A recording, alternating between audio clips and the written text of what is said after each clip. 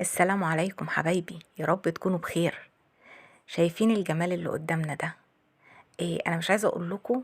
الصوره كده لوحدها تفتح النفس، تحسسك بالدفى، خصوصا واحنا في فصل الشتاء. تعالوا كده مع بعض نشوف الطاجن الجميل اللي ريحته كانت قلب الدنيا ده اتعمل ازاي بكل سهوله وبكل بساطه، ونقول بسم الله. اول حاجه معايا نص كيلو من اللحمه المفرومه. طبعا عايزه تعملي بالكميه اللي انت عايزاها، حسب ما انت عايزاه، يا تقللي يا تزودي. معايا نص كيلو من اللحمه المفرومه. فيها نسبه دسم 20%، انا مش عايزه دسمها عالي. هبدا اتبلها. هنزل عليها ببصلتين كبار مفرومين ناعم بالميه بتاعتهم، يعني ما تصفيش الميه. بعد كده هتنزلي عليهم بالتوابل، معلقتين كبار من البابريكا، عليهم معلقة كبيرة من الفلفل الأسود، معلقة كبيرة من البهارات.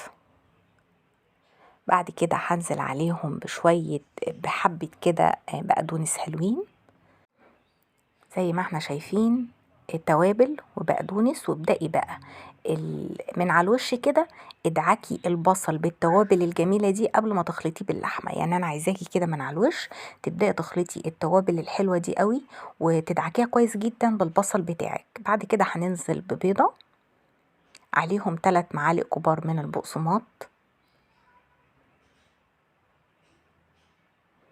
وبعد كده هبدأ أخلط كويس جدا المكونات بتاعتي باللحمة، زي ما احنا متعودين مع بعض في كل الكفتة اللي احنا عملناها على القناة. أهم حاجة في الكفتة عشان ما تفكش منك إنها تكون مخلوطة كويس جدا، واتأكد إن كل مكوناتي تجانست مع بعضها. زي ما احنا شايفين بخلطها حلوة قوي لحد ما امسك قطعة كده من اللحمة معايا الاقيها كلها متماسكة وكلها بقت لون واحد. شايفين كده؟ تمام. يلا بينا بقى كده نبدأ ونشوف هنعمل فيها ايه. هبدأ الأول في تشكيلها. أنا هشكلها كور صغيرة. عايزة حجم الكرة صغير مش كبير، وأهم حاجة ان انتي تكوريها حلوة قوي عشان تبقى متماسكة معاكي. شايفين حجم الكرة؟ مش عايزاها كبيرة، عايزاها صغيرة معايا. عايزة تعمليها كفتة فراخ جميلة قوي، يعني عايزة بالتتبيلة الجميلة دي وتعمليها بدل اللحمة فراخ تبقى جميلة جدا كمان.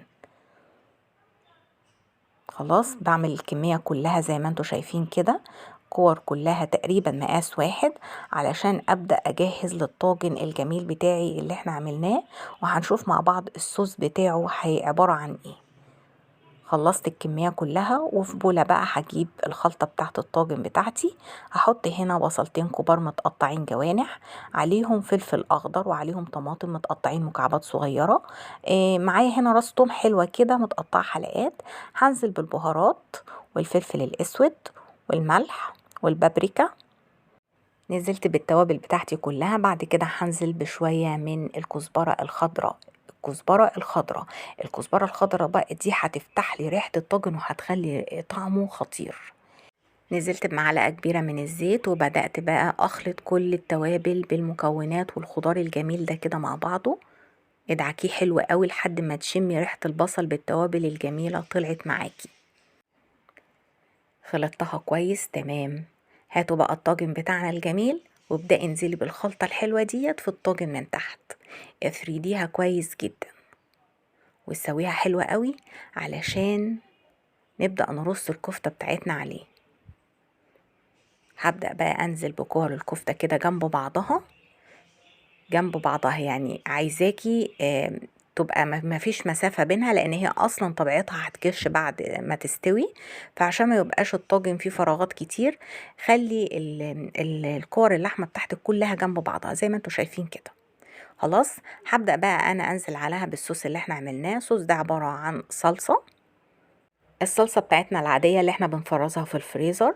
جبت كيس الصلصة، طبعا فكيته على النار ونزلت فيه بقى بالتوابل بتاعتي، ملح وفلفل اسود ومعلقة كبيرة من الثوم المفروم، وياخدوا غلوتين معايا كده، وكمان معلقة من السمنة البلدي. وبدأت أسقي بيه الطاجن الجميل ده. لو ما عندكيش صلصة متفرزة في الفريزر، ممكن تجيبي الصلصة العادية خالص وتعملي لها صوص جميل بشوية شوربة ومرقة، هيبقى في منتهى الجمال. غطي الكفتة بس ما تعوميهاش في الصلصة، يعني يا دوب كده الكفتة تبقى باينة منها. هتغطيها وتدخليها الفرن على درجة حرارة فوق المتوسطة، وبعد كده هنهدي النار خالص وتاخد سواها وراحتها في السوا. طبعا انا عايزاها بالصوص بتاعها، يعني انا مش عايزاها تنشف بقى خالص، لا انا عايزاها تطلع كده بالصوص ده، لان الصوص ده هيبقى جميل جدا في الاكل. وهنشوف مع بعض دلوقتي الخضار اللي كان تحت بقى شكله ايه. مش عايزه اقول لكم ريحتها في الفرن كانت خطيره جدا. طعمها تحسسك بالدفى، طعم جميل. يتعمل بقى جنبها شويه رز بشعريه كده، وكل الجمال ده. وشايفين الخضار اللي تحت بقى شكله ايه، شايفين الكفته متماسكه معايا ازاي وطالعه لونها جميل، ريحتها رائعه. الكزبره الناشفه اللي احنا حطيناها في الطاجن ده ادي تيست جميل جدا للطاجن بتاعي. شايفين بقى الصوص ده رائع بقى. حطي بقى منه على الرز بشعريه كده وكلي ودفي نفسك. بجد جربوا الطاجن بالطريقه الجميله دي، هيعجبكم جدا. ويا ريت حبايبي لو عجبكم الفيديو ما تنسونيش في لايك واشتراك، واشوفكم على خير ان شاء الله في فيديو جديد وبألف هنا.